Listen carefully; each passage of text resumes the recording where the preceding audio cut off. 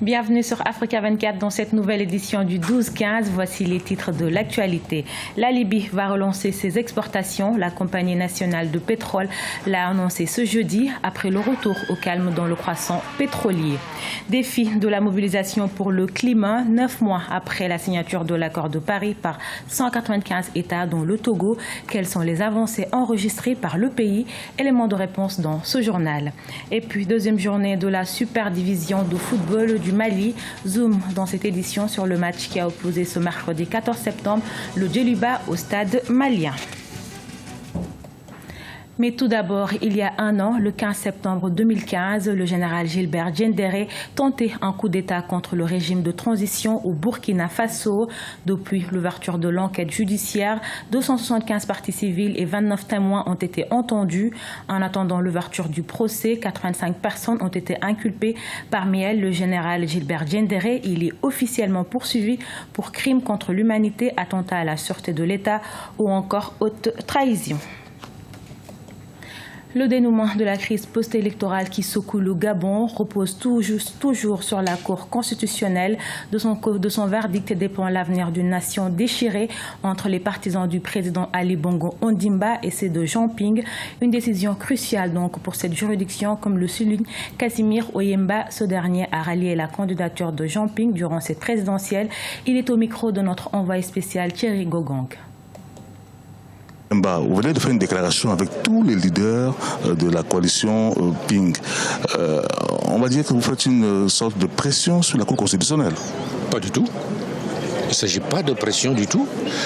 Il s'agit de rappeler à la Cour constitutionnelle à ses devoirs. Ce devoir, tel que nous l'entendons, tel que tout le monde l'entend, c'est qu'il y a eu des élections présidentielles au Gabon le samedi 27 août 2016. Les Gabonais ont voté clairement et massivement en faveur d'un candidat qui est M. Ping. Nous demandons simplement à la Cour constitutionnelle de dire la vérité des urnes, de dire ce que les Gabonais ont voté le samedi 27 août 2016. C'est tout ce que nous demandons à la Cour. Il ne s'agit pas de pression.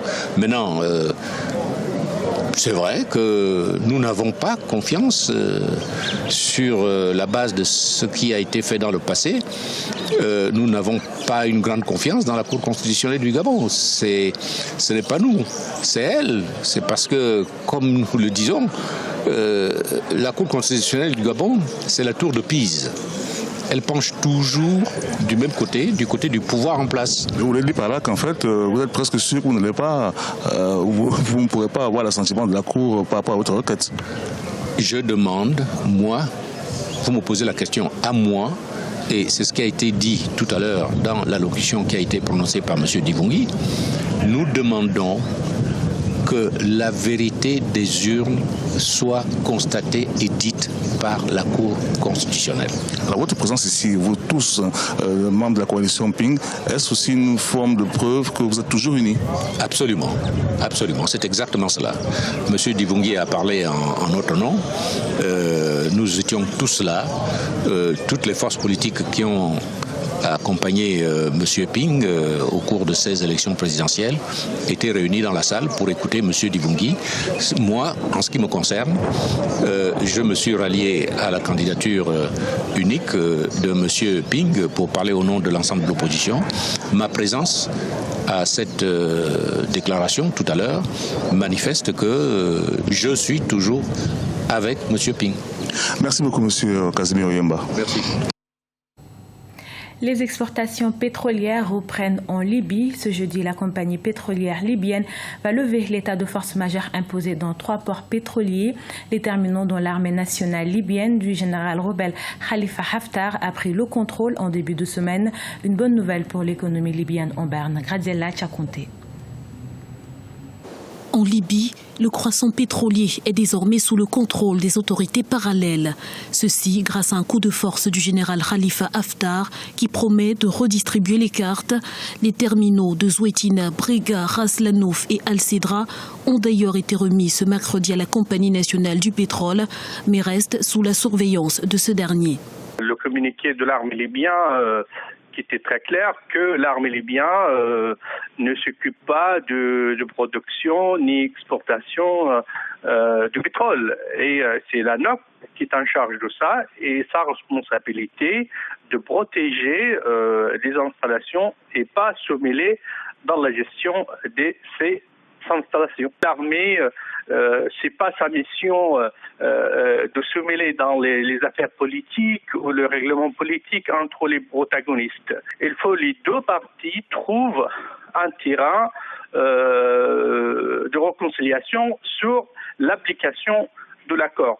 Dans la foulée, la NOC a annoncé la levée de l'état de force majeur sur tous les ports du croissant pétrolier, ouvrant ainsi la voie à la reprise des exportations au moment où la communauté internationale s'alarme des risques d'une guerre ouverte entre les autorités non reconnues et le gouvernement d'union nationale basé à Tripoli et soutenu par l'ONU. J'appelle toutes les parties à mettre fin aux actes provocateurs et à se réunir d'urgence autour d'une même table pour discuter d'un mécanisme permettant de sortir de la crise et de mettre fin au conflit. Le pays traverse une période charnière de son histoire. Je n'accepterai pas de diriger une partie libyenne ou une guerre contre une autre partie libyenne. Affaibli par ce revers militaire, Fayez al-Sarraj est de plus en plus contesté au sein même du gouvernement d'union nationale. 2 de ses membres ont en effet proclamé leur soutien à l'opération du général Haftar dans le croissant pétrolier. Son appel au dialogue sera-t-il entendu? Rien n'est moins sûr. Augmentation des frais de péage au Togo. Ce mercredi, le gouvernement a annoncé la hausse des tarifs de passage au péage pour les automobiles. Désormais, les tarifs varient entre 200 francs et 4000 francs CFA par passage. Le syndicat des transporteurs a exprimé son mécontentement face à cette mesure. De leur côté, les autorités précisent que les fonds collectés aux différents points de péage permettent d'assurer l'entretien et la rénovation du réseau routier au Togo. Limiter la hausse de la température moyenne globale bien en dessous de 2 degrés Celsius, voilà l'objectif à long terme de l'accord dit de Paris sur le climat. En décembre 2015, cet accord a été adopté à l'unanimité par 195 États dont le Togo. 9 mois après, quelles sont les avancées enregistrées par le pays? Comment se prépare-t-il pour la COP22? Élément de réponse dans ce reportage de MFA Kofi commenté par Idolette Mirabel-Bissou. Au Togo, 9 mois après l'adoption de l'accord de Paris sur le climat, les actions se poursuivent pour la sauvegarde de la planète Terre. Le pays n'a pas encore signé et ratifié cet accord, mais multiplie les actions pour lutter contre le dérèglement climatique. La jeunesse togolaise fait sa part dans cette lutte. Du 30 août au 14 septembre 2016, elle a apporté sa contribution sur les questions de développement durable au travers des forats régionaux organisés dans plusieurs villes du pays.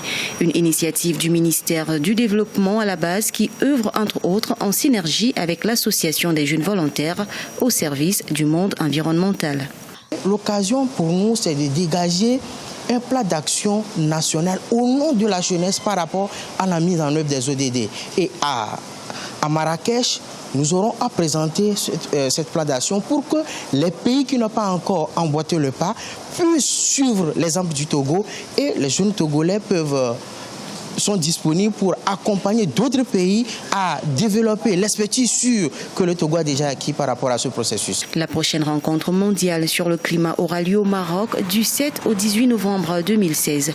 Le Togo s'y prépare donc activement, mais à l'Alliance des médias pour l'eau et l'assainissement, l'engouement semble faiblir. La plupart des représentants de la société civile qui étaient à la COP21 ont été soutenus par les partenaires techniques et financiers.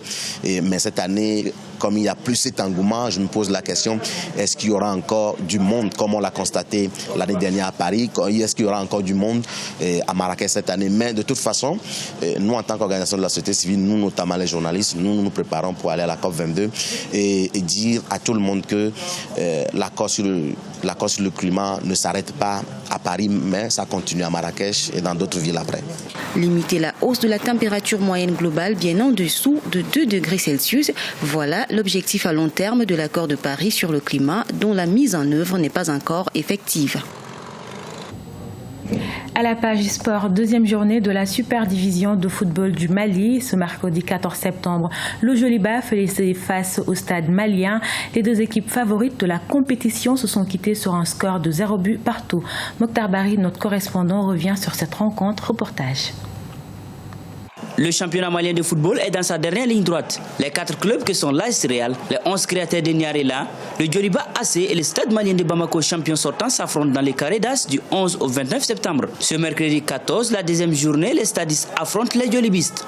Sous haute sécurité, les derbys commencent timidement dans la première mi-temps avec une légère domination du stade.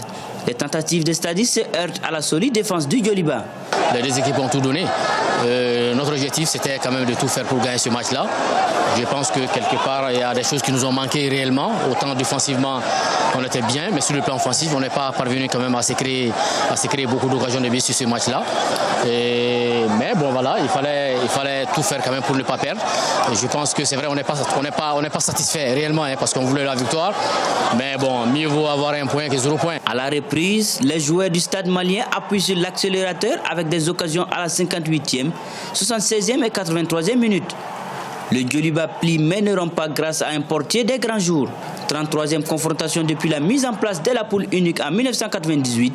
C'est le Djoliba avec 12 victoires contre 7 pour son grand rival qui mène la danse. C'est sur un match nul et vierge que l'arbitre central renvoie les deux équipes à la prochaine journée. En deuxième mi-temps, on s'est remonté, on a essayé de les pousser, de ne pas les laisser l'espace dans leur moitié de terrain. Et malheureusement, on n'a pas eu de but. De toute façon, c'est un début, ça continue, ce n'est pas fini. On va travailler encore. Il reste encore 4 matchs. C'est un top. Les top des 4, ce n'est pas des matchs faciles, comme vous le savez. C'est même pas la paix de 15 ans, ce n'est pas été facile. Rien n'est facile. Et on va travailler dans l'aspect pour au moins la troisième journée qu'on puisse avoir une victoire. Au classement, le stade vainqueur du Real de Bamako à la première journée partage la première place avec les 11 créateurs, 4 points chacun. Le Djoliba totalise 2 points pour 2 matchs nuls. Le Real de Bamako ferme la marche avec 2 défaites en autant de matchs. La prochaine journée est fixée au lundi 19 septembre avec des confrontations Djoliba-Real et Stade 11 créateurs. Ce journal a été réalisé par l'ensemble de la rédaction. Nous vous remercions pour votre fidélité. Dans un instant, une nouvelle édition de l'actualité sur Africa 24.